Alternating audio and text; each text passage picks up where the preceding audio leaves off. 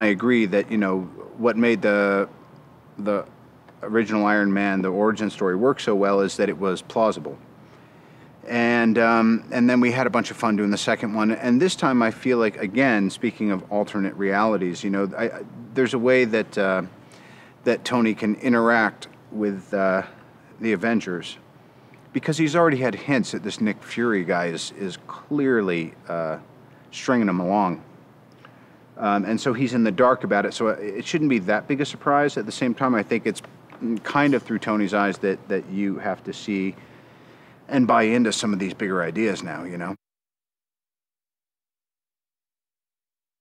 I think he's curious, and it's hard for him to ingest what's going on, so he wants to go see it firsthand, but he's still himself. Probably in storytelling, John Campbell mode, he's searching.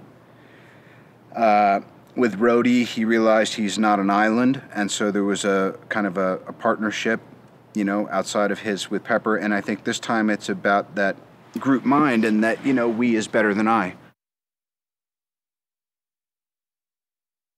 He's a tough guy, and he has generalship, which is what this required.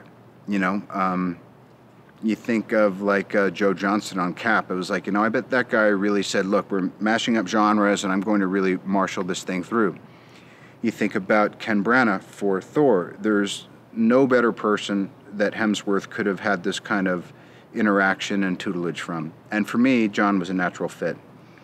So again, I think, aside from casting, the thing that Marvel does best is they pick the right directors for their projects. And it's always an exciting announcement, but it also always has that extra thing of, oh, you know what? I wouldn't have necessarily thought that, but retrospectively, it makes perfect sense.